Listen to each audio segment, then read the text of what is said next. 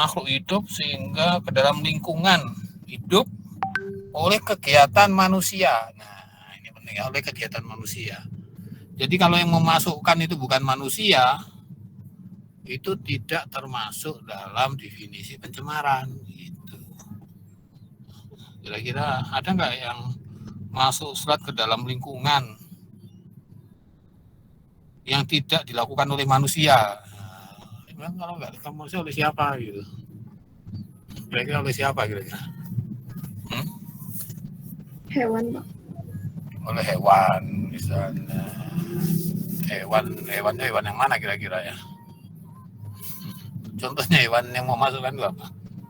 Ya, pencemaran lingkungan adalah masuk atau dimasukkannya makhluk hidup, zat, energi atau komponen lain ke dalam lingkungan hidup oleh kegiatan manusia, sehingga melampaui baku mutu lingkungan yang telah ditetapkan. Nah, gitu lah. Melewati baku mutu lingkungan yang telah ditetapkan. Jadi yang memasukkan itu siapa? Manusia.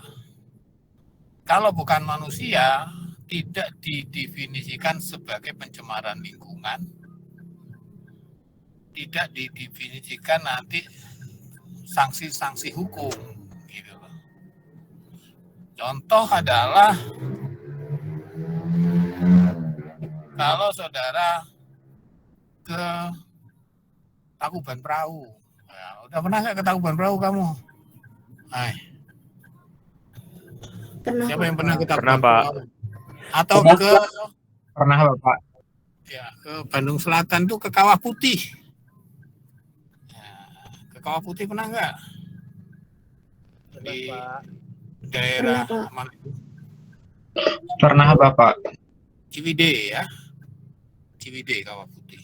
Nah, kalau kamu ke Tangkuban Perahu, kamu ke Ciwidey, apa yang kamu rasakan di sana? Hah? Bau Apa yang kamu belerang. rasakan? Bau Bau belerang. belerang, Bapak. Bau belerang. Ya. Bau belerang yang ada di Kawah Putih, kamu rasanya di sana tuh setengah jam juga nggak akan kuat. Itu konsentrasinya tinggi itu. Tapi yang mengeluarkan bukan kegiatan manusia, tapi kegiatan alam. Dan kita tidak pernah ngomong bahwa itu Kawah Putih mencemari lingkungan gitu loh. Itu Tangkuban Perahu mencemari lingkungan, enggak. Walaupun kalau kamu tes, kamu uji, kamu sampling kadar H2S itu tinggi sekali pasti. Jauh lebih tinggi dari peraturan baku mutu di kita. Tapi kita tidak pernah bilang Kawah Putih tercemar, Tangkuban Perahu tercemar, gitu loh ya. Karena itu bukan oleh kegiatan manusia. Walaupun dia sudah melewati baku mutu. Nah, itu kan jadi satu lingkungan dikatakan tercemar kalau sudah melampaui batasan baku mutu yang ditetapkan. Nah, oleh karena itu kita harus mengetahui baku mutunya. Baku mutu untuk sungai, air sungai, baku mutu untuk udara seperti apa. Jangan sampai kita dengan mudah ngomong itu tercemar. Harus ada rujukannya. Rujukan adalah baku mutu. Standar yang ditetapkan oleh pemerintah. Paham nggak? Oke, sampai sini. Jadi supaya kita tidak salah menilai satu kondisi lingkungan itu tercemar atau tidak. Ya. Masukkan kira-kira ini masuk dan dimasukkannya makhluk hidup. Ya, makhluk hidup kalau dimasukkan ke lingkungan bisa menyebabkan pencemaran itu kira-kira konteksnya seperti apa ya? Kira-kira kamu bisa itu kasih gambaran. Memasukkan makhluk hidup ke lingkungan sehingga menyebabkan lingkungannya tercemar. Nah, apa itu kira-kira? Hah?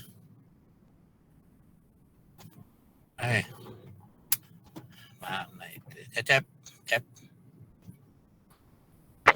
Hadir. Apa Cep? Kira-kira Cep? Memasukkan makhluk hidup ke lingkungan kok terus menyebabkan dia tercemar itu apa itu? Hah?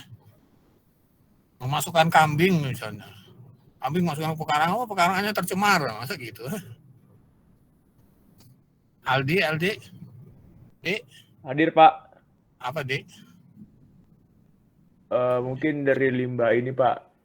Industri peternakan, pemotongan ayam gitu, Pak. Ya, pemotongan ayam kamu apa mau masukkan ayam ke sawah gitu tuh, sawahnya tercemar gitu loh. Hah? Mungkin Itu. isi perutnya gitu, Pak. Dibuang ke sembarang ke lingkungan gitu, Pak. Apanya? Khususnya misalnya, Pak. Kenapa? Misalnya pemotongan ayam juga isi perutnya nggak diambil, Pak. Jadi dibuang sembarangan gitu misalnya. Yang dibuang apanya? Khususnya misalnya, Pak. Ususnya kan bukan makhluk hidup itu limbah gitu. Hah? Ini Mikroorganisme masuk ya? kan Bukan, Pak, ya? makhluk hidup. Nah, Oh ya, Pak. apa kira-kira? Salma, Mak, Iya Pak, apa Mak kira-kira? Tahu nggak? mungkin yang melibatkan mikroorganisme Pak. Ya, mikroorganisme ya. Jadi ada batasan mikroorganisme di industri pangan gitu ya. Nah, itu banyak mikroorganisme itu kalau kita buang ke sungai itu akan menyebabkan pencemaran. Nah, apalagi mikrobanya adalah mikroba patogen. Dan nanti ada parameter pencemaran disebut coli ya. Ada coliform, ada colitinja. Colitinja itu adalah bakteri penyakit ya di tinja ya. Itu ada batasan. Kita buang itu ada batasannya. Jadi ada batasan nilai tertentu yang menyebabkan dia tidak tercemar. Ya itu kalau kita masuk. Kalau memasukkan zat apa itu? Memasukkan zat ke lingkungan yang bisa mencemari, kira-kira masukin apa? Ya, yang lain, Memasukkan zat yang bukan mencemari, Pak. Yang menyebabkan mencemari lingkungan itu contohnya memasukkan zat itu apa? Itu, Pak, deterjen hasil mencuci. Deterjen. Ya. Apalagi? Hasil buangan industri tekstil. Ya itu apa itu? Apa itu? Yang kenapa industri itu? Jadi pewarna, pewarna kain, kemudian pestisida dalam kegiatan pertanian. Ya, pestisida. Jadi golongannya bisa kita golongkan pencemaran kita membuang zat itu adalah membuang padatan. Membuang padatan bukan dalam berarti kamu buang batu ke sungai terus tercemar ya enggak. Kamu masih ingat di dalam kuliah pengolahan industri padatan di dalam air itu ada yang suspended solid, ada yang dissolved solid.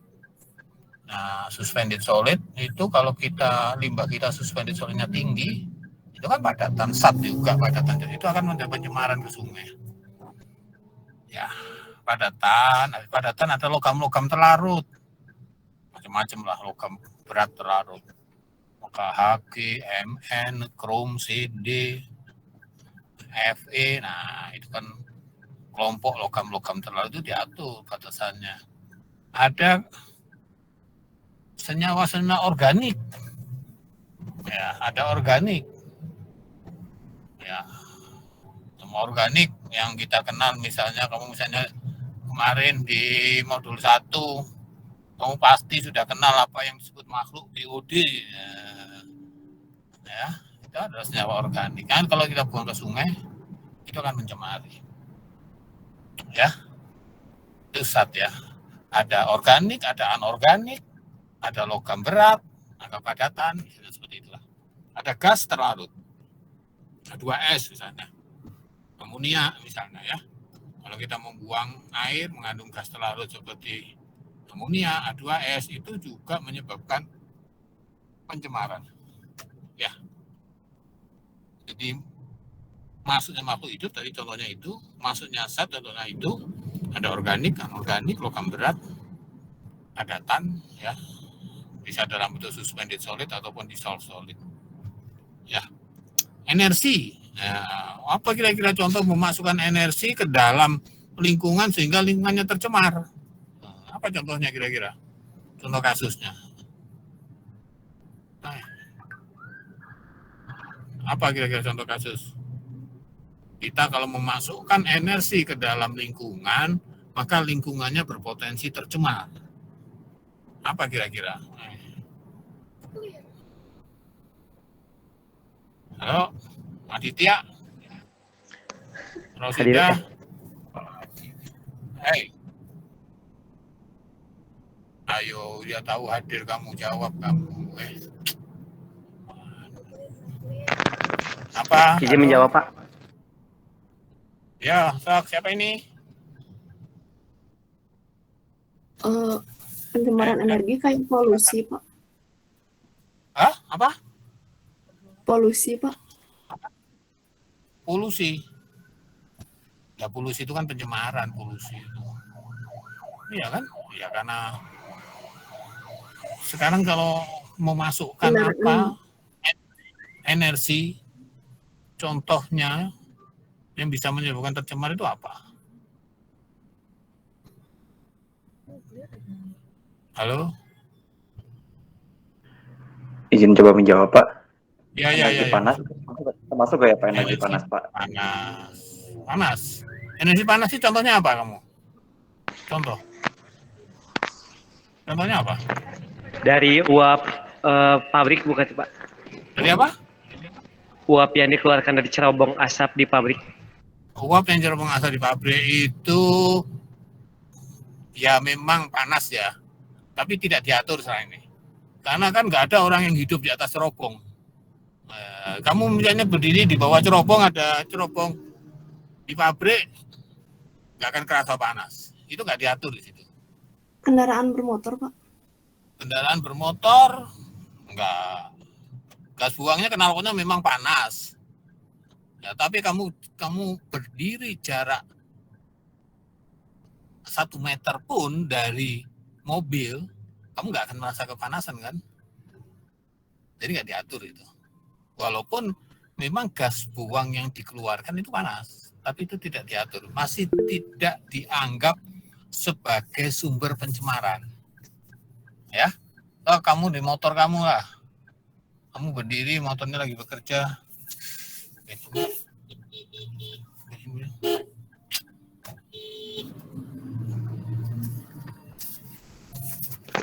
Pak, izin ini Pak menambahkan dan bertanya juga mungkin sekaligus. Apa itu? Kalau saya pernah dengar bahwa dalam pembangunan tower untuk sinyal kartu perdana itu untuk rumah kawasan penduduk yang dekat dengan tower tersebut itu, halo Pak, apa saya masuk? Masuk. Ya, kabarnya untuk kawasan yang dekat dengan didirikannya tower itu gelombangnya itu akan merusak kesehatan, contohnya pada sel otak, Pak. Apakah betul atau tidak? Ya, memang banyak yang menganggap seperti itu. Ya, itu bukan energi ya, itu masuk ke dalam komponen lain. Nah, ya, komponen lain itu bukan energi. Ya, itu komponen lain. Komponen lain termasuk cahaya. Ya, cahaya ya. Kalau sekarang kamu misalnya ya, kasus di Lembang itu ada peneropongan bintang Bosca, tahu nggak kamu? Tahu Pak. Ya, tahu Pak. Peneropongan Bosca itu sempat komplain karena Lembang menjadi kota sehingga cahayanya banyak, sehingga kalau dia mengamati bintang dia tidak bisa karena udah di situ cahayanya banyak. Nah, itu yang disebut dengan pencemaran dalam bentuk lain, itu cahaya. Kalau kamu di jalan-jalan di Bandung udah mulai ada videotron itu yang sinarnya menyilaukan malam, itu kan kita juga terganggu. Nah, itu pencemaran bentuk lainnya. Nah, itu cahaya, gelombang, itu yang dimaksud dengan bentuk lainnya. Walaupun itu yang ini itu belum diatur secara khusus. Ya, pemerintah belum mengatur itu. Ya, itu pencemaran dari komponen lain. Ya, gelombang elektromagnetik seperti tadi maupun cahaya. Tapi itu sudah banyak orang merasakan bahwa itu menyebabkan pencemaran.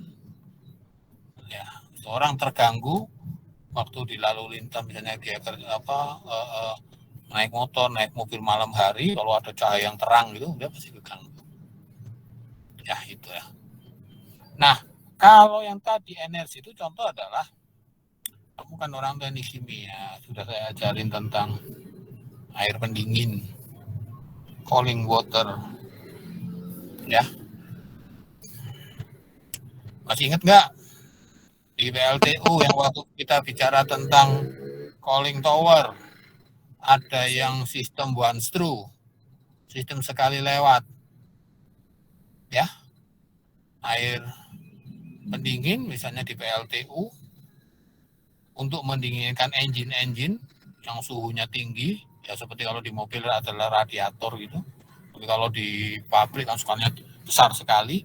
Kita biasanya memompa air laut, kita masukkan ke engine di dalam PLTU untuk menyerap panas. Karena menyerap panas, maka airnya menjadi panas. Air panas itu akan keluar, kita buang lagi ke laut satu kali lewat. Nah, suhu air yang tinggi itulah yang akan menyebabkan pencemaran. Ya, di Indonesia dibatasin suhunya itu maksimum 40. Tapi kalau itu di PLTU yang di tepi-tepi pantai, ya, seperti di Labuan, di Cirebon, di mana banyak itu di Tangerang, ya, Sukabumi, itu semua air pendinginnya teknologinya pakai one screw, langsung dibuang ke laut. Nah itu sebelum dibuang ke laut itu suhunya harus diatur maksimum tidak boleh lebih dari 40. Kalau lebih dari itu maka ikan-ikan itu akan terganggu. Ikan-ikan itu akan terganggu. Itu adalah energi. Airnya sih secara komposisi kimia nggak ada bedanya, air masuk dan keluar itu kan air numpang lewat. Air dari laut masuk ke dalam engine-nya PLTU, menyerap panasnya supaya tidak overheating dari engine itu, sehingga dia keluar, masanya tetap, kualitas komposisi kimianya tetap, nggak ada apapun, tapi suhunya tinggi.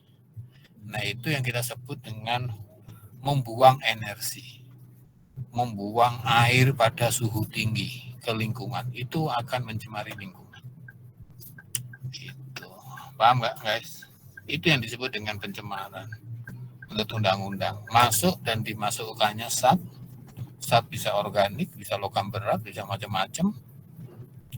Makhluk hidup, mikroorganisme, biasanya dalam bentuk koliform, politinja, biasanya untuk industri makanan, atau limbah rumah sakit.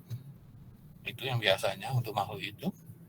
Terus energi tadi berhubungan dengan membuang air limbah pada suhu yang tinggi. Terus adalah komponen lainnya. Komponen lain bisa dari sisi tadi cahaya, gelombang elektromagnetik maupun kebisingan. Ya, pabrik mengoperasikan pompa, mengoperasikan kompresor, kebisingannya tinggi.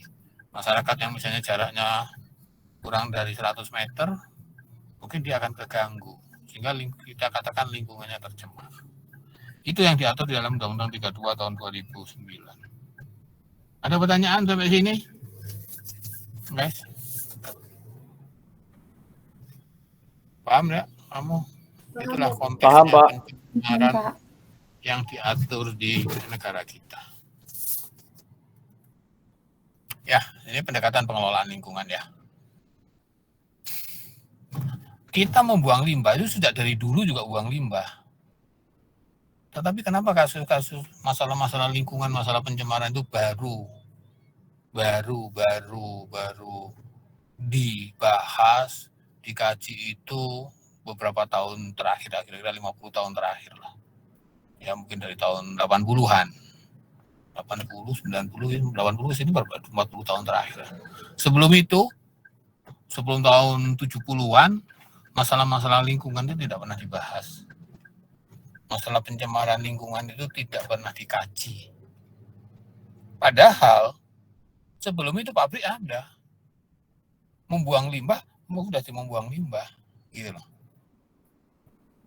Kalau contoh misalnya di Jawa Barat ya, di Bandung itu ada, kalau kamu lihat di Jalan Pajajaran, ada pabrik kimia farma.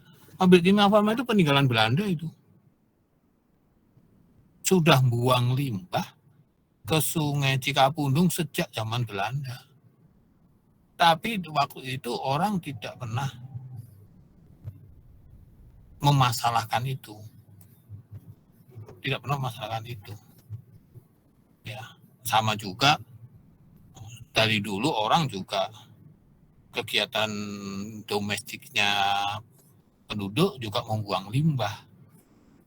Tapi orang tidak pernah memasalahkan itu, tidak pernah merasa terganggu dengan orang membuang limbah dari sisa makanan, dari sisa kamar mandi, segala macam ke sungai. Kalau kita ke Cirebon, ke Subang, ada pabrik gula. Pabrik gula itu peninggalan Belanda semua itu di Jawa Barat, masuk Jawa Tengah, Jawa Timur. Berdiri pada tahun 1800-an. Limbahnya banyak sekali, tapi orang tidak pernah memasalahkan. Orang baru memasalahkan itu setelah tahun 70-an.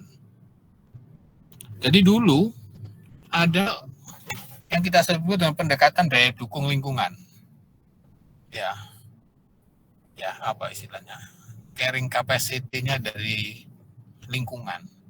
Bahwa lingkungan itu dulu, pada zaman dulu masih mampu menampung adanya limbah tanpa menyebabkan penurunan kualitas lingkungan. Seperti itulah. Adanya air limbah dibuang ke sungai, orang tidak merasa sungainya terganggu. Orang masih menganggap sungainya jernih, orang masih air sungai itu masih dipakai sebagai sumber air baku, air minum. Tapi orang buang limbah, orang nyuci.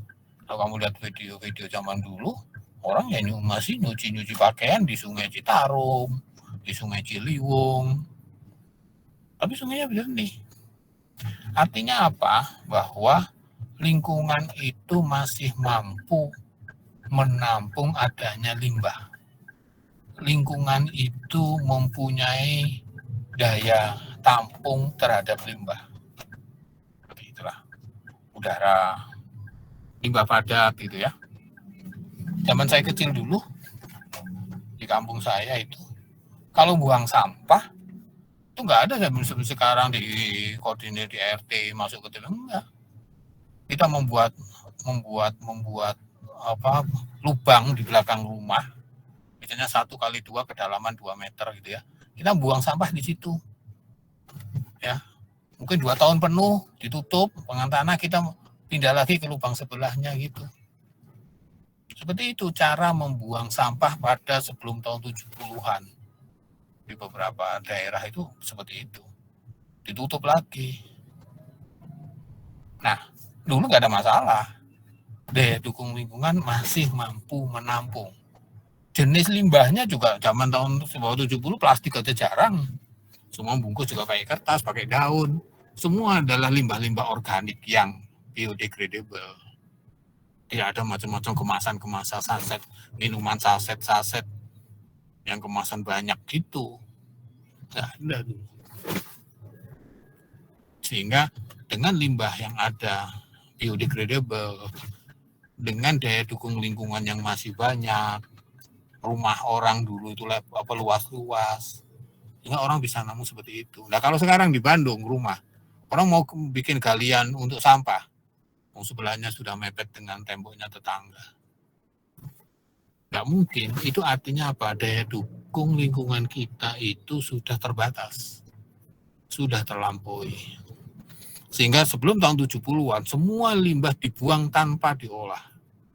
Air limbah dibuang ke sungai, gas dibuang ke udara, limbah padat dibuang ke tanah, dan itu tidak ada masalah. Karena waktu itu daya dukung lingkungan masih bagus. Nah, pendekatan pengelolaan lingkungan yang kita sebut dengan pendekatan daya dukung lingkungan. Dulu seperti itu, tidak ada masalah. Nah, tapi dengan semakin banyaknya aktivitas manusia, semakin banyaknya industri, semakin banyaknya limbah, akhirnya daya dukung lingkungannya akan terlampaui. Nah, ini yang penting. Daya tampung dari sungai itu akan terlampaui. Kalau buang sedikit oke. Tapi kalau udah buang banyak, nah itu akan jadi masalah pencemaran. Oleh karena itu, pada tahun 80-an, mulailah dilakukan pendekatannya bergeser. Dari daya dukung lingkungan di mana kita bisa membuang limbah seperti bebas saja.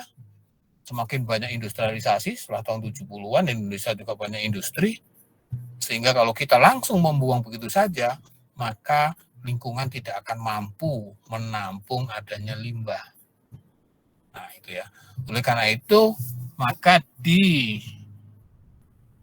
kebijakan yaitu mengolah limbah sebelum dibuang ke lingkungan dan dibatasi maksimum kandungan limbah yang boleh dibuang dalam bentuk penerapan baku mutu limbah. Nah, paham nggak sampai sini? Baku mutu limbah gitu. Ya, paham nggak? Guys? Paham Bapak. Paham, Pak. Paham, Pak. Paham, Bapak. Ya, ada pertanyaan sampai sini? Pak, izin bertanya Pak Aldi. Aldi, masuk Aldi. Tadi kan Bapak bilang itu sebelum tahun 70-an itu karena daya dukung lingkungan masih tinggi. Pertanyaan saya Pak, apakah juga karena dulu itu kurangnya kesadaran dan pengetahuan tentang pengolahan limbah Pak, makanya masih dibuang tanpa pengolahan gitu?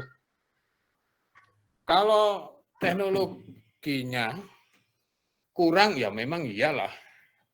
Kurang itu oke. Tapi waktu itu kebutuhannya nggak ada. Kebutuhan untuk mengolah limbah itu nggak ada. Gitu loh.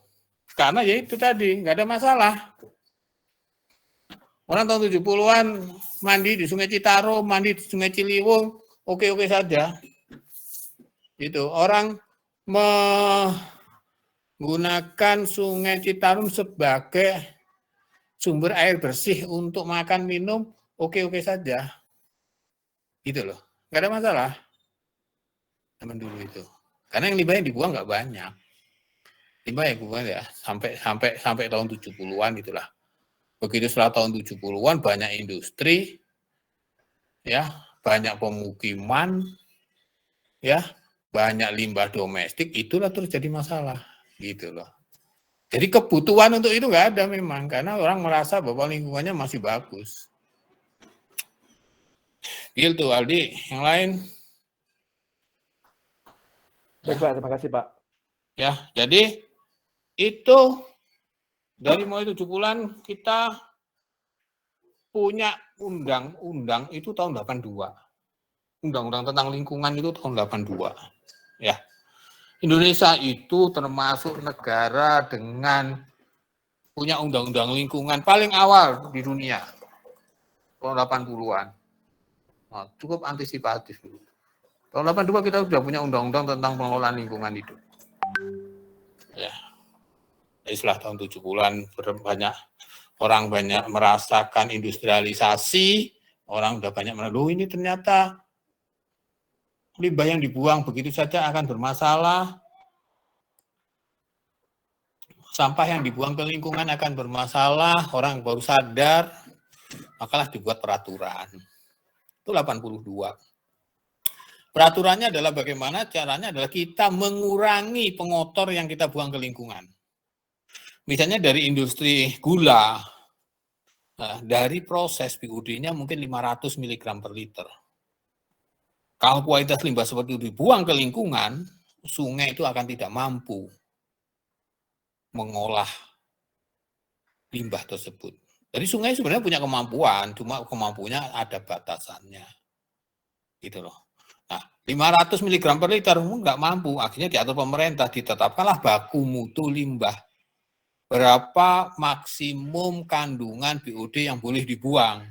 Misalnya, wah industri gula limbahnya 500, BOD-nya 500 mg per liter.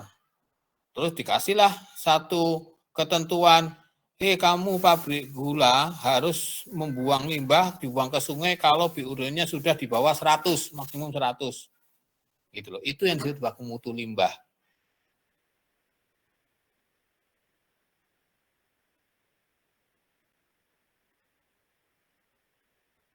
Batas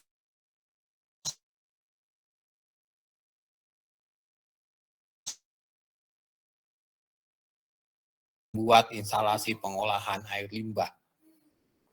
Ya, tujuan dari membuat instalasi pengolahan air limbah adalah mengurangi pengotor, mengurangi kandungan BOD, mengurangi kandungan COD, mengurangi kandungan logam berat dari pabrik supaya dia memenuhi baku mutu, sehingga kalau dibuang ke lingkungan, sungainya masih mampu menerima beban pencemaran itu.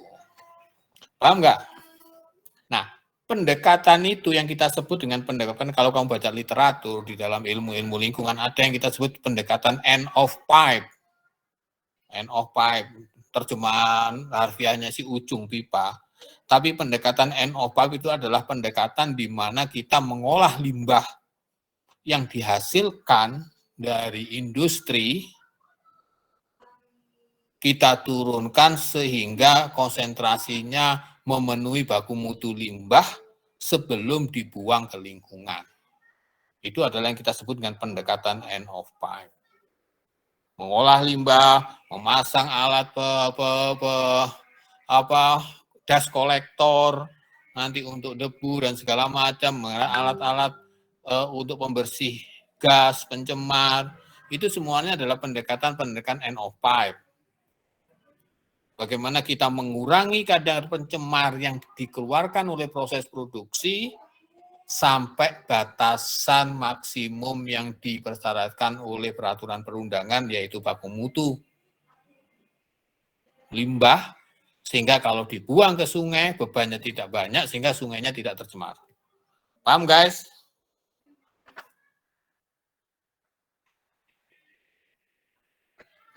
Paham, Pak. Bisa diikutin nggak? Bisa, Pak. Ada pertanyaan sampai sini?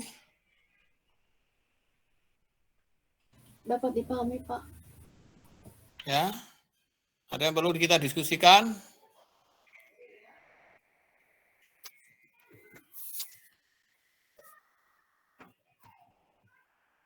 Halo? Nah, pendekatan end of pipe itu diperkenalkan tahun 80-an sejak adanya Undang-Undang Lingkungan dan tahun 82. Keluarlah beberapa peraturan-peraturan tentang baku mutu limbah, baku mutu air sungai, segala macam. Tahun 80 mulai. Tahun 90 baru kira-kira benar-benar diterapkan di lapangan.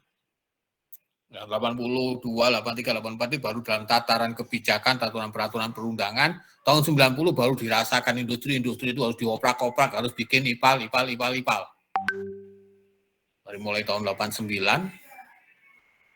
ya, sejak saya awal lulus, itu saya sudah banyak lihat-lihat pabrik-pabrik itu, 89 sudah dioprak-oprak gitu. Bikin ipal. Ada peraturan yang harus ditaati seperti itulah. Ya, akhir 80, tahun 90, tahun 2000, ya mungkin 20 tahun, sampai tahun 2000-an, ya sampai 2010, ya 30 tahun, undang-undang dan peraturan itu dilaksanakan. Pertanyaannya adalah, apakah sungai itu sekarang sudah bagus sesuai dengan misi undang-undang yang ditetapkan, melindungi kelestarian sungai dari aktivitas-aktivitas domestik, aktivitas rumah tangga? Apakah kondisi lingkungannya kita akan menjadi bagus pada kenyataannya? Belum, Pak. Belum, Pak. Belum, Mana Pak. tahunya kamu belum? Tahunya belum dari mana kamu? Dari warna air sungainya, Pak. Wah, sungai mana? Sungai Citarum, Pak.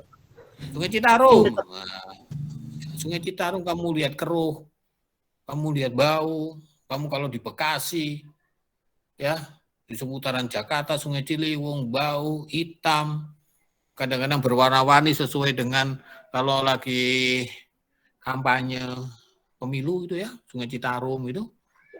Warna sungai berwarna-warni tergantung sekarang yang kampanye apa. Nah, kalau partai tertentu kuning, kadang-kadang merah, karena itu kaosnya melakukan proses dyeing, ya, mau sekarang order kaos warna kuning, order kaos warna merah gitu kan. Wah, air limbah sisa dari dyeing pencelupan itu dibuang. Berwarna-warni, jadi guyonannya itu, wah ini yang kampanye siapa ini? Sungainya sudah jadi kemerah-merahan, nah, seperti itu. Loh kenapa sungainya? Sungai, udara, kenapa kok masih tercemar? Padahal peraturan tentang end of pipe, peraturan tentang lingkungan, kewajiban industri harus mengolah limbah, itu sudah ada. Tapi kenyataan di lapangan, kita sangat jarang atau tidak pernah lagi kita melihat sungai, misalnya saya lah ya, saya yang pernah mengalami sungai itu jernih, ya, saya masuk Bandung tahun 84, ya, kamu belum lahir kan ya, tahun 84.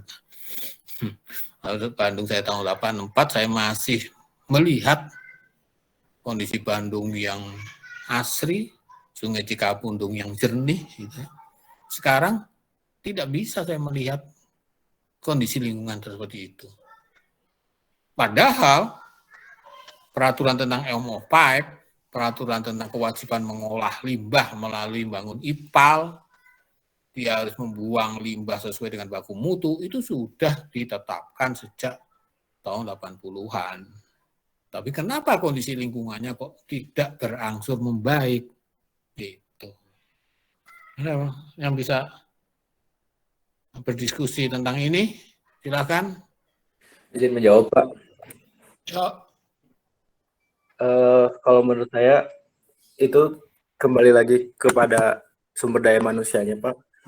Jadi meskipun sudah ada peraturannya, mungkin suatu perusahaan menganggap untuk mengolah limbah industri ini tuh memerlukan biaya yang cukup tinggi gitu, sehingga mereka mengambil jalan pintas gitu, Pak, seperti mengakali dengan cara suap menyuap kepada petugas yang berada di lapangan sehingga mereka dapat membuang limbah tanpa diolah gitu, Pak. Soalnya Ya. banyak sekali gitu di sekitaran kawasan industri seperti di Ranca Ekek itu kan ada pabrik KHTEK, dan di lingkungan sekitarnya seperti pesawahannya dan sungai-sungainya itu masih hitam gitu, Pak, air sungainya. Ya, satu kasus ya. Ya. Karena industri enggan mengolah limbah secara optimal, biayanya mahal, tenaga kerjanya nggak ada, akhirnya dia pakai jalan pintas. Ada lagi nggak selain itu? Pengawasan di lapangannya masih kurang, Pak. Pengawasan di lapangannya masih kurang. Ya, tahu dari mana kamu, Pak Irun? Karena kan biasanya kalau ada saluran pembuangan itu letaknya tuh tersembunyi gitu, Pak. Jadi kurang diperhatiin juga. Ya, oke. Pengawasan dari instansi pemerintah, dari Dinas Lingkungan Hidup kurang. Apalagi kira-kira?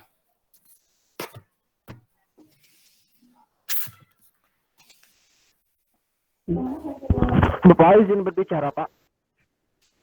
Oh, Faisal, silakan. Pak, sepertinya Pak, sungai di saya masih jernih, Pak. Sungai Citalugtug, Pak. Jadi saya aman aja, Pak, untuk mengelola. Paling tantangan bagi kaum mudanya, Pak, untuk mengelola sungai tersebut. Termasuk saya.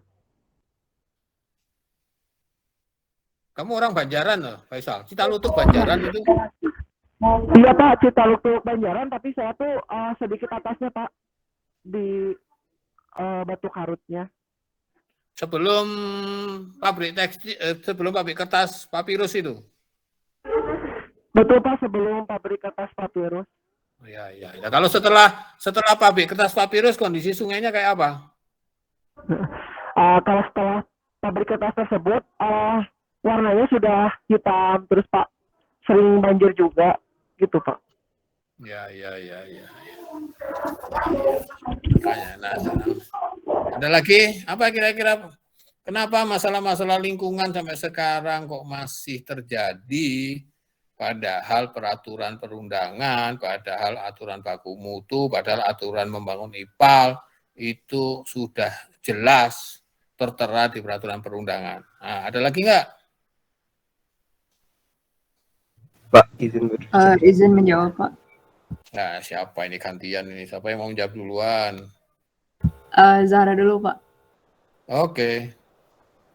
Kalau menurut saya, kenapa pencemaran itu masih terjadi walaupun sudah ada peraturan perundang-undangan, sudah dari setiap industrinya mungkin ya Pak masih kurang gitu.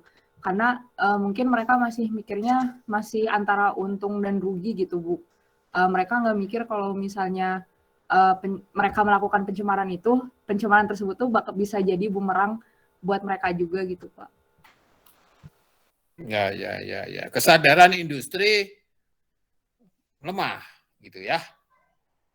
Ya memang memang pengelolaan lingkungan itu tidak boleh didasarkan atas kesadaran. Kalau nunggu kesadaran pengusaha, nggak akan sadar-sadar. Harus berdasarkan kewajiban yang mempunyai sanksi, terutama sanksi pidana atau sanksi perdata, gitu ya. Kalau nunggu kesadaran, nggak akan sadar-sadar. Tapi sekarang sudah dibuat menjadi kewajiban. Ya walaupun tidak menguntungkan secara ekonomis, ya pasti tidak menguntungkan. Dia membangun IPAL, mengeluarkan duit, mengoperasikan IPAL yang seperti kamu diajarkan sama Bu Endang, memerlukan listrik, memerlukan bahan kimia, memerlukan operator, minimal lulusan D3 teknik kimia. Alumni teknik kimia Polban minta gajinya mahal-mahal, nggak kuat dia bayar gaji kamu gitu ya. Tapi itu bukan alasan, karena sekarang sudah kewajiban yang ada di peraturan perundangan seperti itu. Oke, Sarah, Sikri, tadi Sikri ya mau itu ya?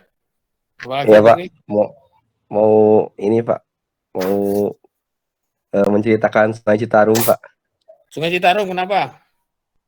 Ya kan saya tuh tinggal di dekat hulu Sungai Citarum ya, Pak, hulu. Di mana itu? Nah, di Majalaya? Bukan Majalaya, sebelum Majalaya, daerah Pacet lah Pak, yang paling dekat ke hulu sebelum Kertasari.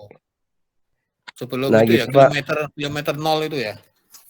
Ya masih jauh lagi sih Pak, cuman di daerah hulu sampai ke rumah saya tuh kan belum belum ada pabrik sama sekali gitu Pak. Ya. Cuman kualitas airnya tuh keruh gitu Pak. Ya. Mau kemarau ataupun musim hujan keruh tuh Pak. Ya, tidak pernah jernih gitu Pak. Terus? Apa mungkin daya dukung lingkungannya sudah berkurang atau bagaimana Pak? Ya, jadi penurunan kualitas air bisa dilihat dari nilai kekeruhan, yaitu kadar padatan kekeruhan, berarti total suspended solidnya udah besar, bisa dilihat dari kandungan organik, logam berat, dan segala macam. Ya, nah kalau yang di tempatnya Sikri itu kelihatannya bukan senyawa-senyawa yang kayak BOD, COD, segala macam, tapi adalah TSS yang menyebabkan kekeruhan. Ya, dan kamu juga harus ingat bahwa yang membuang limbah ke sungai tidak hanya industri, tapi juga rumah tangga. Ya, itu rumah tangga. Gitu. Kamu sekali-sekali kamu lihatlah rumah kamu. Kalau kamu mandi, kalau kamu keluargamu mencuci piring, mencuci penggorengan, banyak minyaknya, banyak segala macamnya. Itu kemana itu airnya? Ya, jatuh-jatuhnya akhir ada daerah paling rendah. Daerah paling rendah adalah sungai. Gitu loh. Ya. Selain Ya, Pak, itu, oh, kenapa Sikri? izin bertanya Pak. Iya ya. Apakah suatu lingkungan daya dukung lingkungannya tuh sudah menurun, apakah bisa kembali seperti semula gitu Pak? Bisa. Kekeruan itu bisa kembali. Bisa aja kembali. Coba sekarang yang menyebabkan keruhnya itu berhenti beroperasi, akan jernih itu. Kan gitu kan? Masalahnya adalah penyebab kekeruan yang membuang limbah ke sungai, itu bisa dihentikan enggak kan gitu kan? Iya Pak. Ya, bisa kembali. Pasti bisa kembali. Nah, masalahnya kan air sungai itu dari mana? Air sungai itu dari air hujan. Nah, gitu kan? Nah, bisa kembali. Nah, selain pembuangan limbah itu dari industri, dominan juga dari domestik. Domestik itu kamu jangan sepelekan. Ya. Pencemaran sungai Citarum 60% dari limbah domestik. Bukan dari industri, dari limbah domestik.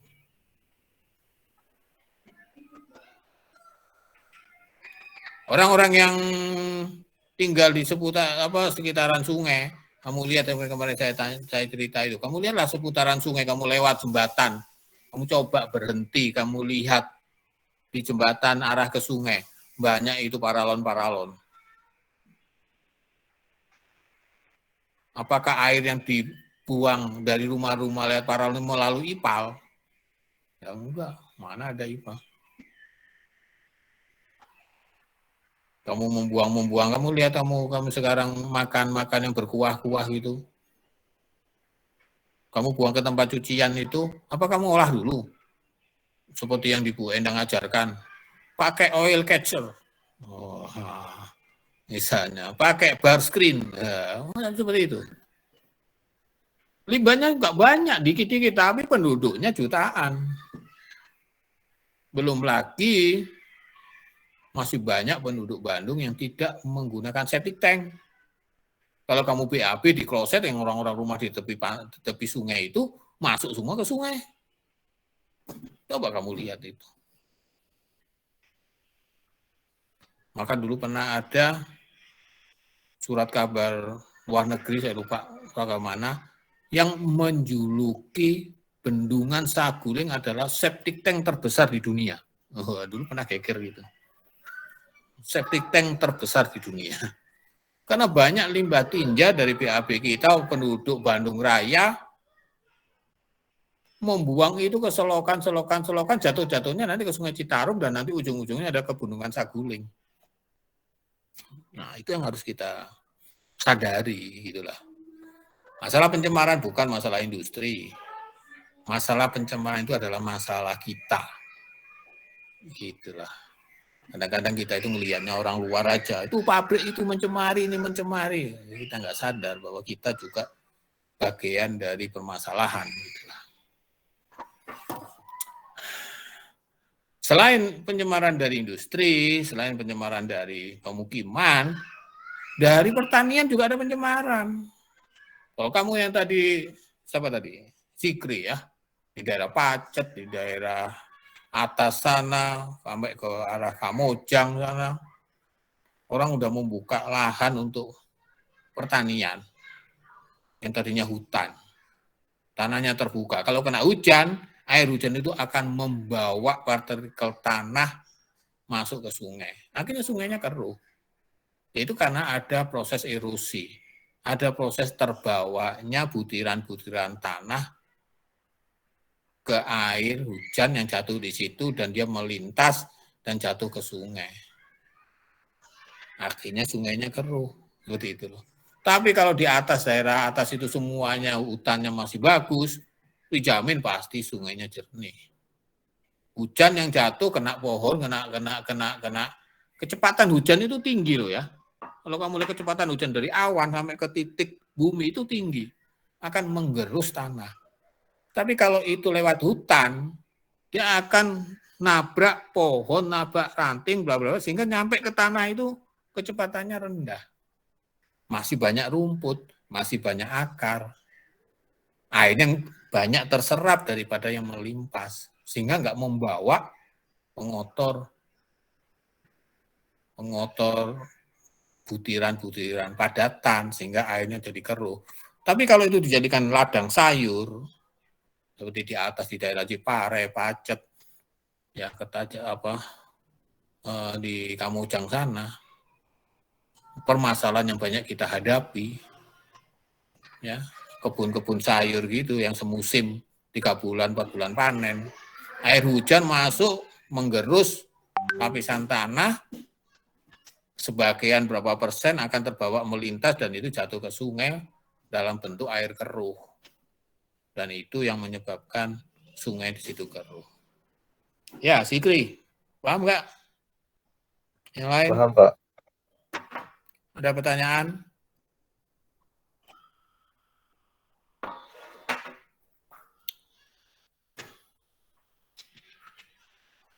Ada pertanyaan sampai sini? Baik, yang lain? Bapak izin bertanya. Siapa? Revani. Kalau misalkan banyaknya industri juga masuk ke itu nggak sih Pak? Ke indikator si sungainya itu nggak bersih-bersih gitu Pak? Kalau banyak industri ya enggak lah. Ya industri indikator sungai enggak bersih ya dari kandungan BOD, COD, TSS, logam berat, seperti itulah indikatornya. Tapi penyebabnya ya memang dari industri yang banyak, dari pemukiman yang banyak, dan dari aktivitas-aktivitas lain, seperti itu. Ref, paham nggak Ref? Paham Bapak, terima kasih. Nah, di Bandung Selatan banyak industri yang berdiri di sepanjang sungai, dari mulai Majalaya mengalir ke barat, misalnya dari sampai Muhammad Toha sampai ke Parapadalarang, nanti ke Saguling sampai Purwakarta sampai Kerawang, itu jalurnya Sungai Citarum. Industri ratusan di situ. Kamu lihat Majalaya ada sudah puluhan satu Majalaya. Di Muhammad Toha, di Kopo, di Katapang, di Batu Jajar, banyak industri, banyak sekali. Ya. Nah, seandainya industri-industri itu taat, ya sekarang memang sudah banyak yang taat sebenarnya, tapi belum semua. Seandainya industri-industri taat, seandainya industri itu mengoperasikan IPAL-nya dengan benar, dan dia membuang air limbah sesuai dengan baku mutunya, ya, apakah Sungai Citarum itu akan dijamin kualitasnya baik? Apakah Sungai Citarum itu akan dijamin kualitasnya memenuhi baku mutu air sungai? Kira-kira. Guys, ada pertanyaan, ada jawaban, ada komentar? Calvin, Izin menjawab. masuk Win, apa Win? Ya Win. Izin menjawab Pak. Kalau menurut Ya. saya belum tentu Pak. Kenapa Win? Karena alasannya kalau kata Bapak tadi itu kan apabila semua industri itu memenuhi baku mutu begitu Pak. Sedangkan di sekitar Citarum sendiri itu masih banyak rumah tangga gitu yang menghasilkan limbah domestik dan tidak diolah secara benar begitu Pak. Oke, Calvin, makasih. Ya, kalau semua industri sudah mengolah dengan baik, IPAL-nya sudah bagus, semua sudah memenuhi baku mutu, tapi sungai belum pasti bagus karena yang limbah rumah tangganya belum kesentuh, gitulah ya, Calvin. Faisal, masuk Sal. Bapak izin berkomentar Pak. Komentar silakan.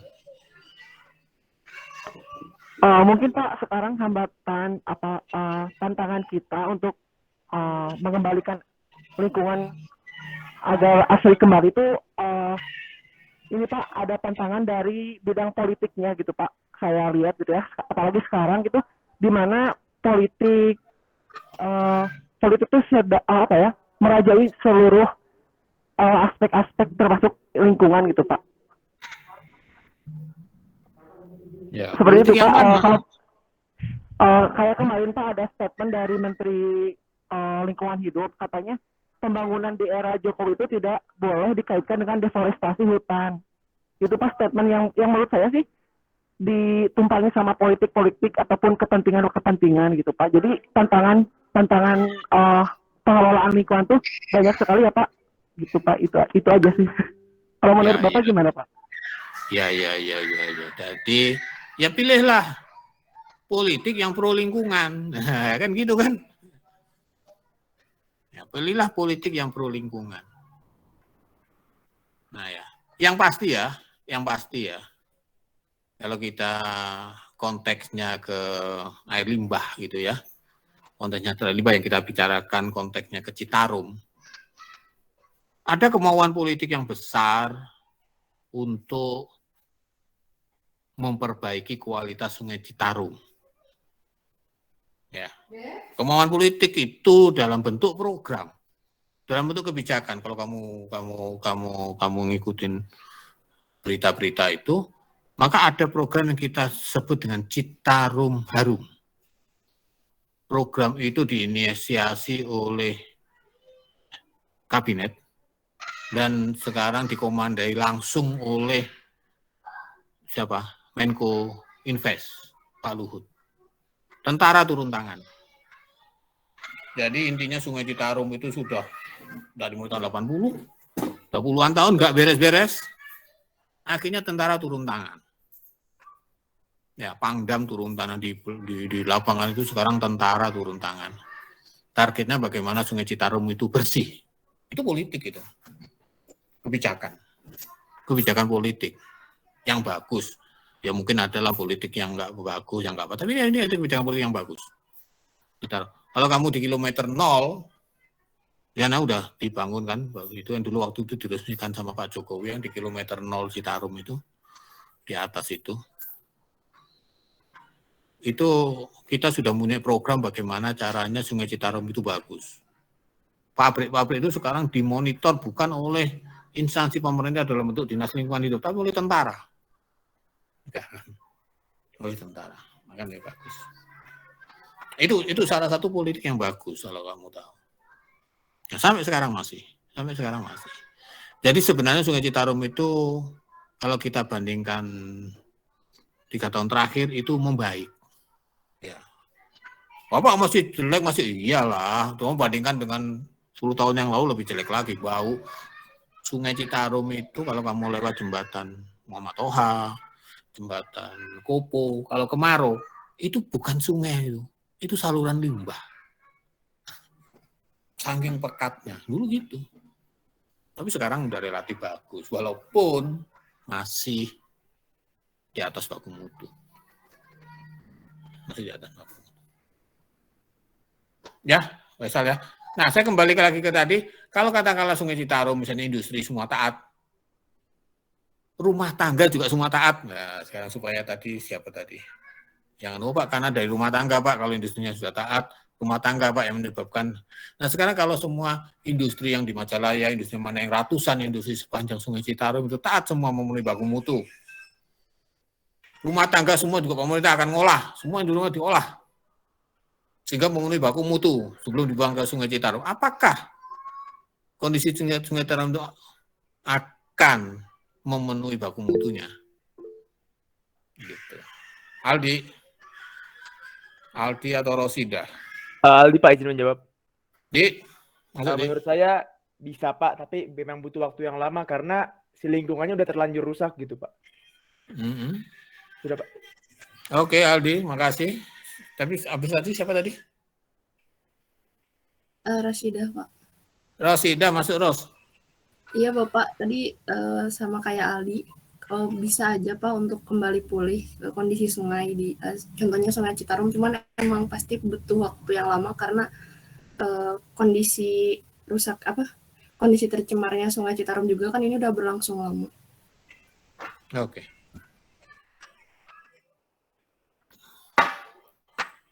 Ya. Sebenarnya sungai rusak itu artinya di atas baku mutu gitu. Sungai itu ngalir terus kan. Nah, terus kalau semua katakanlah sebenarnya kalau industrinya disuruh berhenti membuang ya, kalau bisa gitu ya. Rumah tangga disuruh berhenti membuang, itu sungainya langsung pulih itu sebenarnya. Kan sungai ngalir kan. Misalnya di tempat kamu di jembatan Muhammad Toha itu tercemar. Nah, tercemar kan sungai di situ. Setelah 1 jam kan air yang tercemar itu kan mengalir ke Kopo, mengalir ke sana kan gitu kan. Nggak seperti tambang kalau lingkungan rusak gitu ya. Kalau sungai itu kan sistemnya sistem kontinu ya. Kalau industri semua berhenti beroperasi, kamu semua orang Bandung berhenti membuang limbah, ya sungai langsung jernih itu dalam waktu seminggu mungkin juga jernih. Oh, nggak ada pembuangan, yang datang cuma air hujan kan gitu kan. Sebenarnya gitu. Satu hal yang mau saya katakan adalah gini ya. Kalau industri semua itu taat aturan, seperti misalnya ya, pabrik tekstil boleh membuang limbah dengan BOD katakanlah 50 mg per liter itu baku mutunya. Atau kertas 100 mg per liter, padahal di pabrik limbahnya itu tinggi 700, sehingga dia harus turunin menjadi 100 atau dari 50 seperti itulah. Ya. Kalau semua industri itu taat aturan, membuang air limbah sesuai dengan baku mutu, dan semua rumah tangga juga taat aturan, semua membuang limbah sesuai dengan baku mutu, sebenarnya tidak ada jaminan sungai itu tidak tercemar. Itu yang penting. Tidak ada jaminan sungai itu yang sudah paham. Ya, kasusnya seperti tadi. Waktu kita bicara zaman Belanda itu. Pabrik obat kimia farma membuang limbah pekat dulu. Tapi yang dibuang cuma 1 pabrik, sungainya besar. Yang buang cuma 1 pabrik. Begitu itu terencerkan, terpurifikasi, hilang itu limbah itu. Nggak usah diolah. Nah, kondisi sekarang nggak gitu. Semuanya katakanlah IPAL udah jalan dengan bagus, ada pabrik tekstil membuang 50 mg per liter COD. Atau COD misalnya 100 mg per liter. Kalau yang industri satu membuang seperti itu, sungainya akan bagus. Tapi industrinya sudah ratusan. Walaupun semuanya taat, industri yang di Majalaya, yang industri A membuang 50 mg, di sebelahnya membuang 50 mg, sebenarnya 50 mg per liter, ada ratusan, ya tetap aja sungainya tidak memenuhi baku mutu karena daya tampung sungainya sudah terlampaui karena semakin banyak industri walaupun limbah yang dibuang dalam tanda petik sudah encer, konsentrasinya sudah rendah, tapi kalau yang membuang banyak, maka sungai tersebut belum tentu dia menjadi bagus. Paham nggak? Ya. Bebannya sudah terlalu banyak bebannya. Ini yang kejadian di NO5 ini. NO5 ini tidak berhasil. Yang diperkenalkan dari mulai tahun 90-an, tahun 2000-an, nggak berhasil. Tadi udah kamu bilang pertama apa? Pak, banyak industri yang nakal. Pak, untuk biaya pengolahan limbahnya mahal. Pak, SDM-nya seperti ini. Itu seperti itu. Industrinya sudah banyak. Membuang ke lingkungan di sini, lingkungannya masih tercemar karena industrinya saking banyaknya. Ya. Jadi ini permasalahan di NO5 itu. Akhirnya pemerintah dari mulai tahun 2020 itu 2010 atau ya awal-awal 2010 gitu memperkenalkan yang kita sebut dengan cleaner production. Gitu ya. Cleaner production. Cleaner ya, bukan clean ya. Kalau clean production itu teknologi bersih. Kalau cleaner production itu adalah teknologi yang lebih bersih. Ya, tahu nggak kira-kira bedanya apa? Teknologi bersih dengan teknologi yang lebih bersih. Nah, itu lebih bagus yang mana itu ya? Ya, ada clean teknologi, clean industry.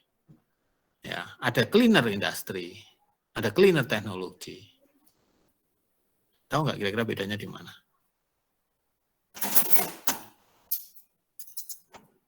Guys. Paham? Halo? Iya Pak, izin menjawab Pak. Di, masuk Di. Ya Pak, kalau clean production tuh yang produksi bersih, berarti bisa dikatakan kayak zero waste gitu nah Pak. Nah, sedangkan kalau yang cleaner production itu berarti dia cuma lebih baik dari yang sebelumnya gitu. Belum bisa mendekati zero waste gitu Pak. Tapi cuma lebih baik aja dari yang sebelumnya. Ya, bagus ya. Jadi kalau clean teknologi itu adalah industri-industri yang menerapkan teknologi yang zero waste, clean teknologi, ya, clean industry. Kita nggak mampu lah dengan teknologi, dengan sumber daya dan segala macam masih belum mampu membuat industri sampai taraf clean teknologi, ya, zero waste. Tapi yang diharapkan pemerintah memang adalah produksi bersih yang disebut dengan cleaner teknologi. Lebih bersih. Intinya adalah bagaimana kita mengoperasikan pabrik dengan kapasitas yang sama, jumlah limbah yang kita hasilkan lebih sedikit dibandingkan hari kemarin, lebih sedikit dibandingkan bulan kemarin, lebih sedikit dari tahun kemarin. Bisa lebih sedikit dari sisi jumlahnya, bisa lebih sedikit dari sisi komposisinya. Oh, biasanya Pak, kalau namanya limbah dayung itu adalah BOD-nya adalah 500 mg per liter. Nah, kamu bisa melakukan satu perbaikan modifikasi sehingga limbah dayung cuma 300 mg per liter. Itu sudah cleaner teknologi. Kamu melakukan proses produksi menghasilkan limbah lebih ringan dibandingkan sebelumnya. Nah, itu yang diharapkan. Jadi produksi bersih ini yang ditekankan oleh pemerintah sekarang. Kalau pendekatan NO5 seperti IPAL, baku mutu itu istilahnya adalah mandatori, kewajiban. Wajib. Ada peraturan, melanggar kena sanksi.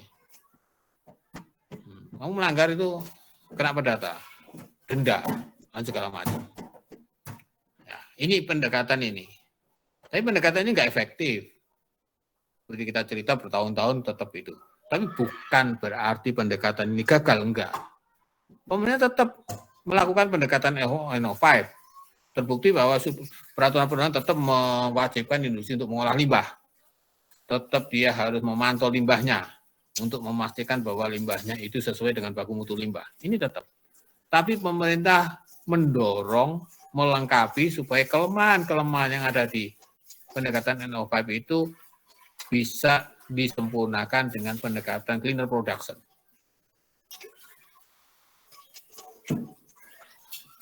Ya. Jadi kalau kamu kerja di industri, kamu berdiri di saluran limbah di sini sebelum ke IPAL, misalnya, kamu berdiri di saluran limbah ke sini,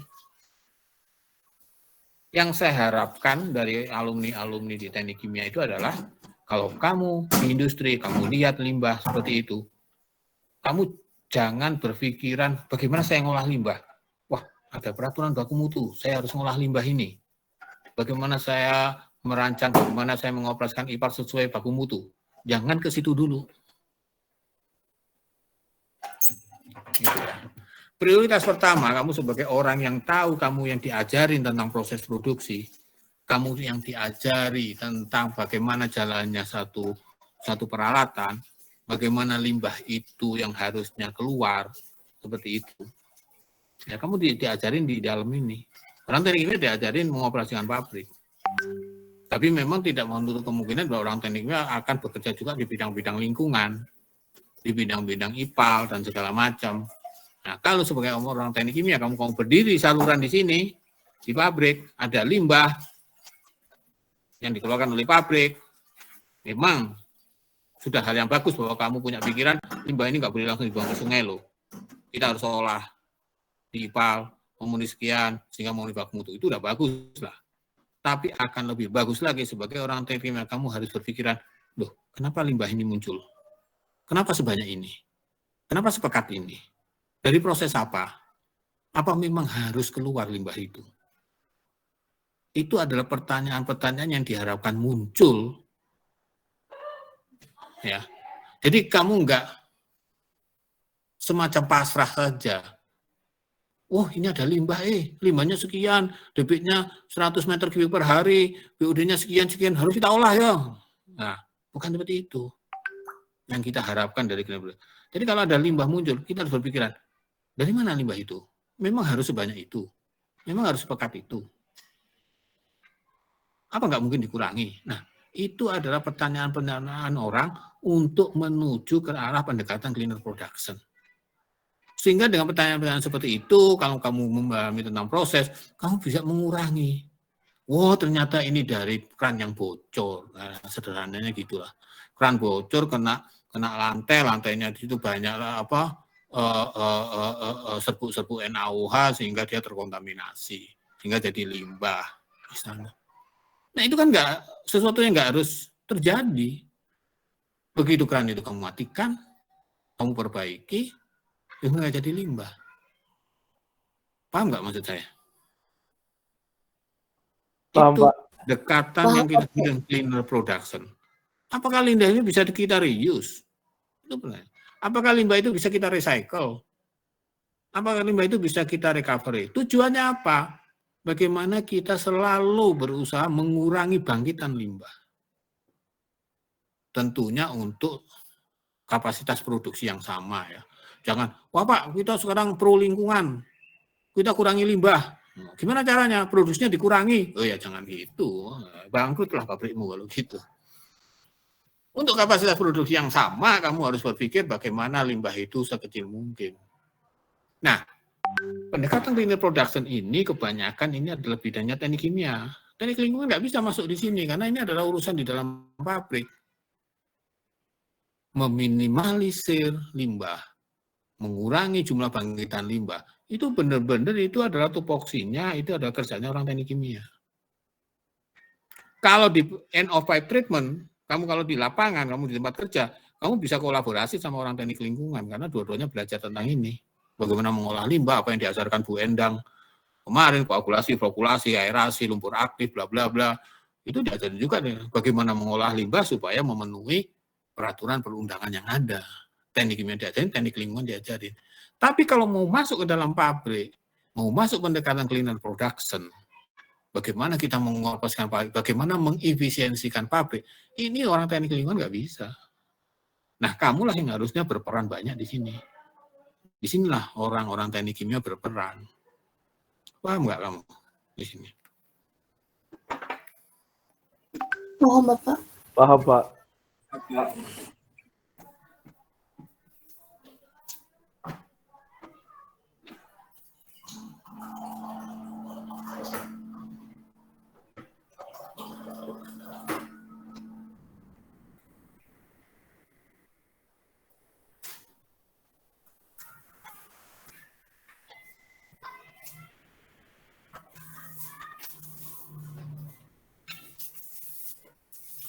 Ada pertanyaan?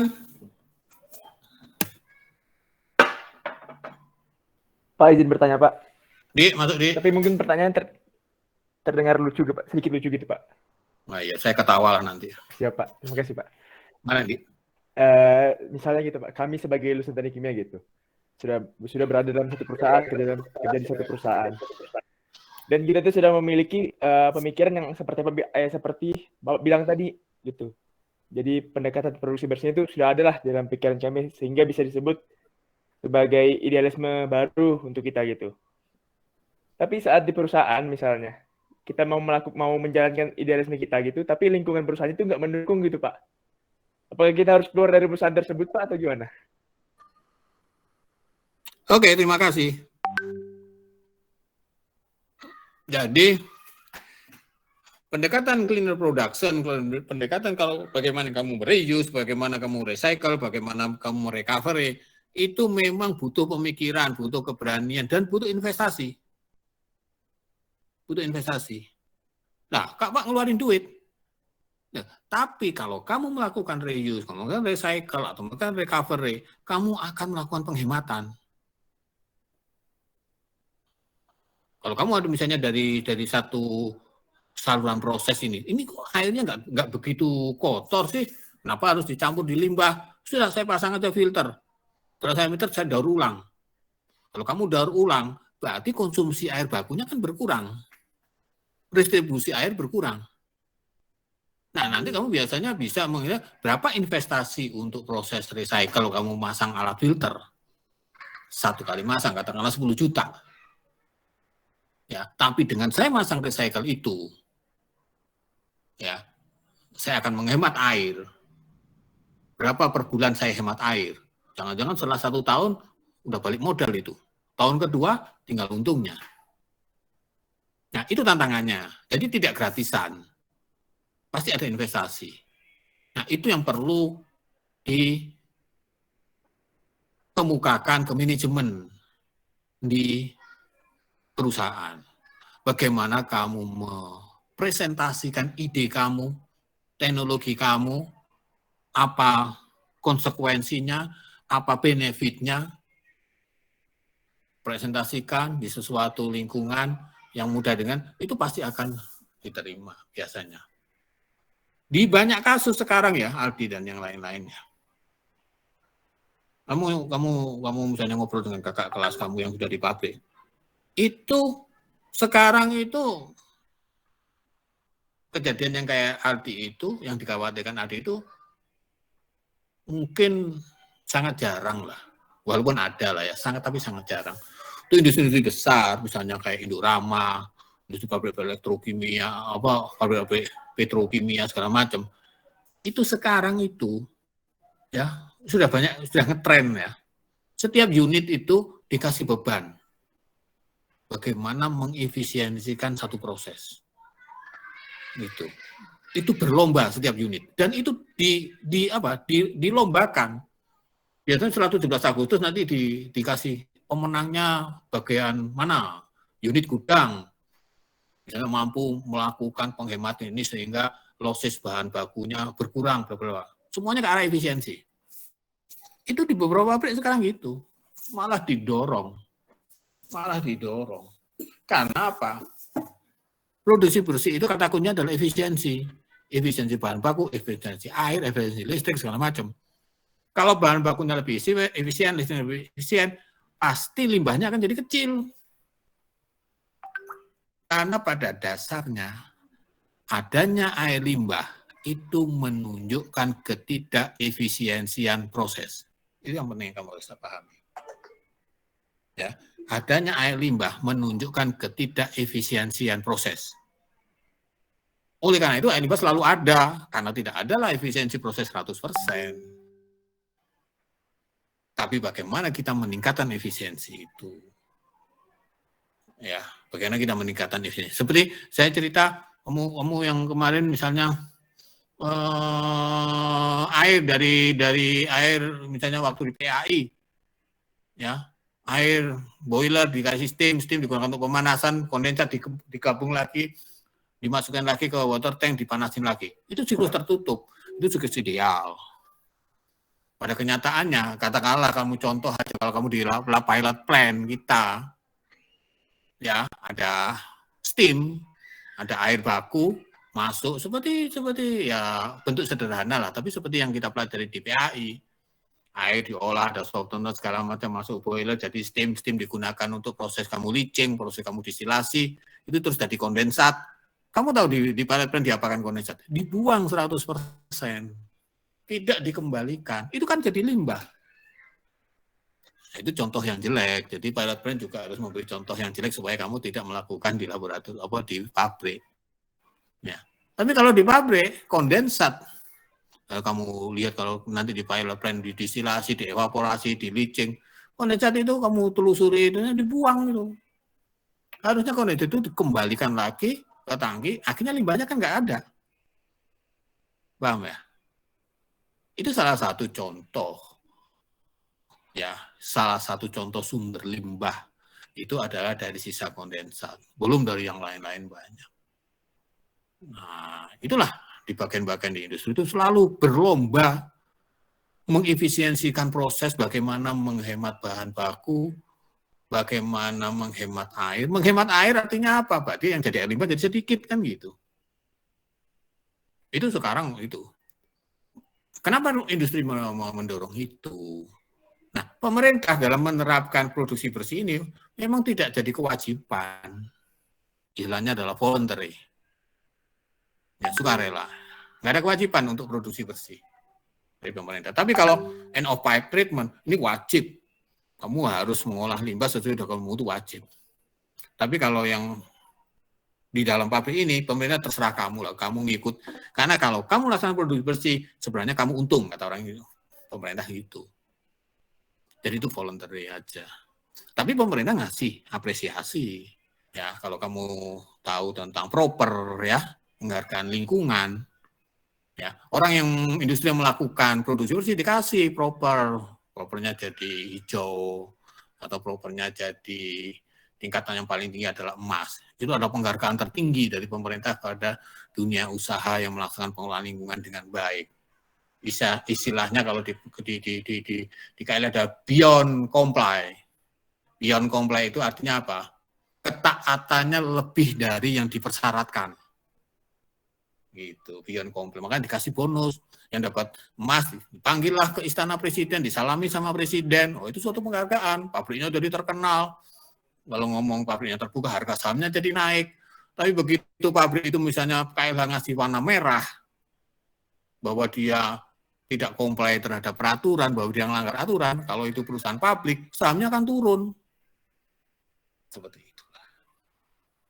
Guys, paham nggak kamu, guys? Paham, Pak. Ini permasalahan. Nah, ini menarik kamu kalau nanti di industri.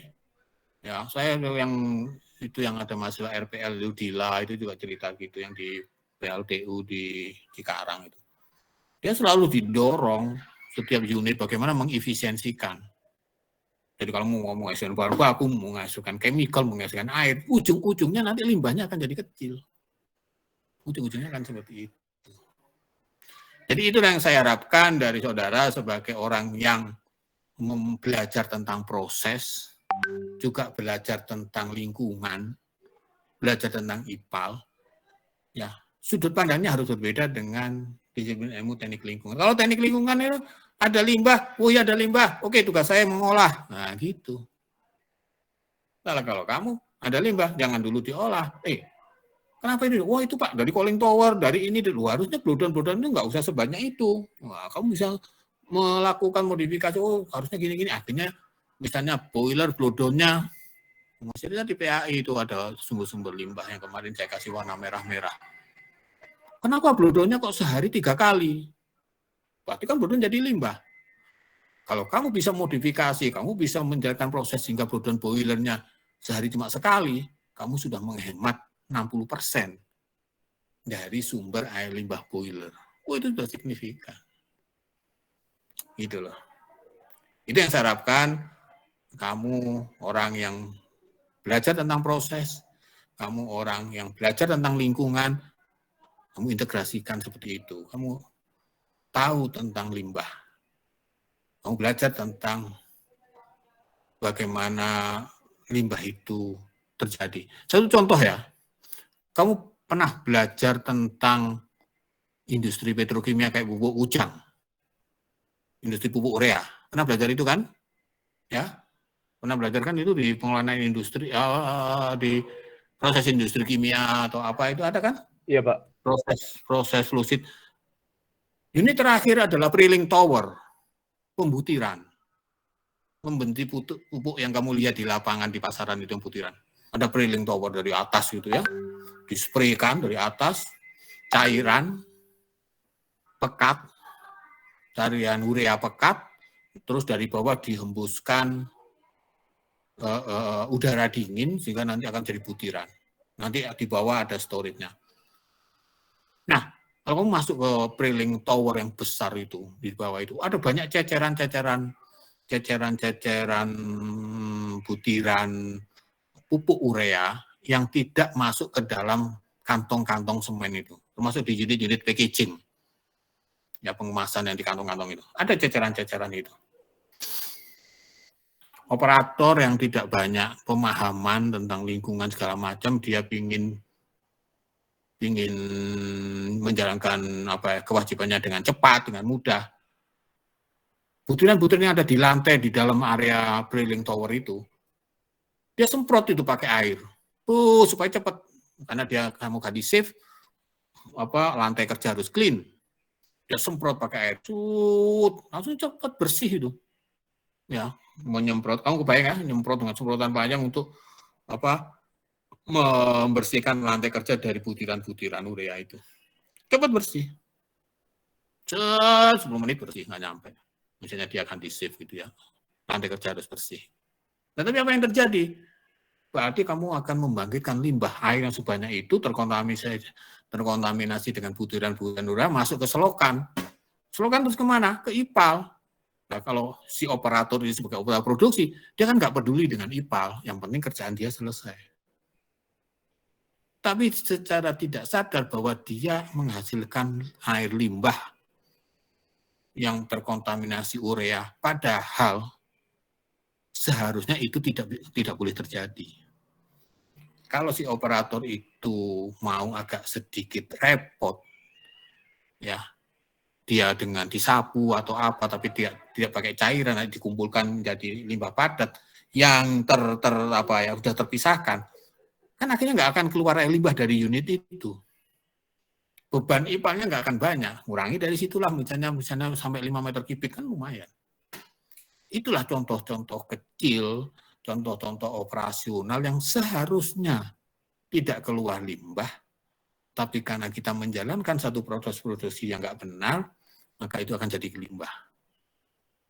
Itu yang kamu harus pahami, yaitu pemikiran memang harus keluar limbah itu dari unit ini, harus sekian. Nggak bisa toh ini dikurangi, nggak bisa toh ini dikurangi. Nah, pikiran-pikiran seperti itu harus muncul di orang-orang teknik kimia. Itulah prinsip-prinsip cleaner production. Oke guys, paham? Paham, Pak. Ada pertanyaan? Kamu? Yang ini? Ya, saya ingin itu paradigma itu kamu tanamkan betul, sehingga kamu masuk pabrik, kamu punya jiwa-jiwa seperti itu. Sekarang hampir semua industri mengejar efisiensi. Memang ada lah, saya pernah misalnya di pabrik kecap, ya. Saya lupa dulu, wah Pak kalau ini saya modifikasi ini akan menghemat gini. Tapi harus investasi, harus peralatan gini gitu lah. Tapi orang pabrik kecap biasanya kan pabrik yang kayak gitu kan pedagang gitu ya. Ya, orang-orang kaya, orang-orang yang industri rumahan seperti itu. Dia bilangnya gini, alah mau kayak gini aja saya sudah untung kok, ngapain sih repot-repot. Nah, itu. Kalau industri rumah tangga biasanya kayak gini, kayak cap, industri apa gitu kan, kita kasih modifikasi proses. Repot dikit sih pada saat awal, harus masang alat ini, harus ini. Dia misalnya kadang nggak mau repot. Alah kayak gini aja saya udah untung kok Pak, ngapain saya repot-repot sih, nah gitu. Tapi kalau industri kamu adalah company misalnya company besar, apalagi itu multinasional, sekecil apapun seorang akan mengejar. Karena di KLH itu dilaporkan rekod efisiensi sumber daya air, rekod efisiensi penggunaan listrik, rekod efisiensi penggunaan bahan baku, itu semua dilaporkan. Kalau kita mau dapat proper bagus. Gitu loh. Jadi makanya semua orang kalau industri besar itu dilombakan setiap unit. Misalnya daerah penggudangan, dia berpikir keras, apa ya yang bisa saya hemat dari aktivitas gudang saya, misalnya tentang kemasannya, tentang potensi kadaluarsa atau apa gitulah. Semua unit atau tentang listriknya, tentang apanya, semua unit berusaha mengefisiensikan. Gitu. Oke guys, paham? Ada pertanyaan sampai sini? Halo. Paham, Pak.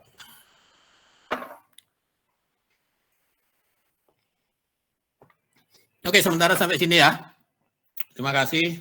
Nanti kita lanjutkan diskusinya, kuliahnya minggu depan. Ya, terima kasih. Mudah-mudahan bermanfaat buat kamu. Jangan lupa absen. Ya, udah pada absen belum? Bapak, ya. Mohon maaf saya lupa absen. Yang lupa absen, lapor ke koordinator, nanti saya absenin. Ya. Oh ya, baik Pak. Terima kasih Pak. Ya, jangan satu-satu. Kamu lapor ke koordinator, koordinatornya ke saya, si A, B, C tidak absen atau ada bermasalah dengan absen di akademik, nanti saya absenin dari tempat saya. Ya.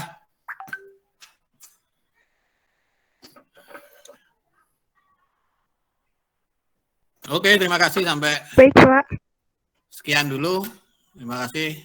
Mudah-mudahan bermanfaat. Selamat istirahat. Assalamualaikum warahmatullahi wabarakatuh.